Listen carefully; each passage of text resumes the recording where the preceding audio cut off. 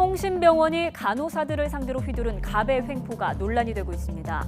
이들이 겪은 을의 눈물을 정리해봤습니다. 먼저 성심병원 측의 춤 갑질입니다. 자, 화면 보시죠. 성인 유흥업소도 아닌데 탱크탑에 짧은 치마를 입고 춤을 추는 여성들, 다름 아닌 성심병원의 간호사들입니다. 이들은 매년 병원 재단이 여는 체육 행사에 동원돼서 이런 낯뜨거운 장기 자랑을 한 것으로 드러났습니다. 당시 상황은 간호사들의 제보로 드러났습니다. 페이스북 페이지 간호학과 간호사 대나무 숲에 성심병원 간호사들이 매년 진행되는 행사마다 야한 춤을 추라는 지시를 받았다는 글이 올라온 겁니다. 특히 자신이 평소에 돌보는 환자들 앞에서도 이렇게 선정적인 공연을 해야 했던 것으로 알려져 충격을 주고 있습니다. 성심병원 간호사들은 이렇게 환자들 앞에서도 야한 춤을 춰야 해서 수치심이 이루 말할 수 없었다면서 야한 옷을 입고 섹시한 표정을 지으라라는 구체적인 지시도 있었다고 폭로했습니다. 또 위에 입은 옷은 조금이라도 더 가슴을 드러내기 위해서 가위로 일부러 더 자르기까지 했다고 전했습니다. 극도의 수치심을 호소하며 울거나 거부하는 간호사들도 있었지만 소용이 없었습니다.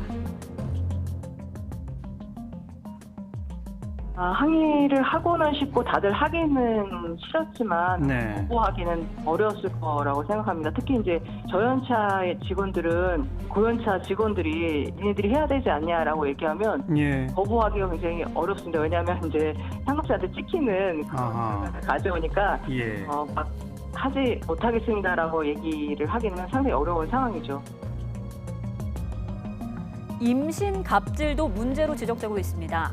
간호사들이 2명 이상 한 번에 임신하지 않도록 간호사에게 순번을 정하는 관행이 있었다는 겁니다. 여러 명의 임신으로 일손이 부족해지는 걸 막기 위한 건데 순서를 어기고 임신한 사람은 퇴사를 종용받는 경우도 있었던 것으로 전해집니다. 여기에 더해서 간호사들에게 유산 각서까지 요구했다는 제보도 잇따르고 있습니다.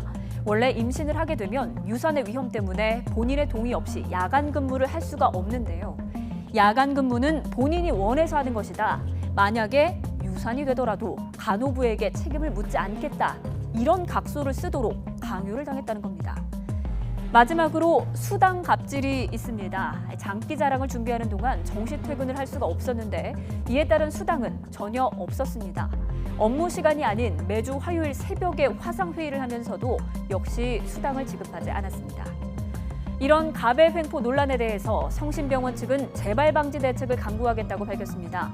정부도 자정 노력을 당부하겠다고 나섰는데 성심병원 직원들의 의혹 제기는 잇따르고 있는 상황입니다.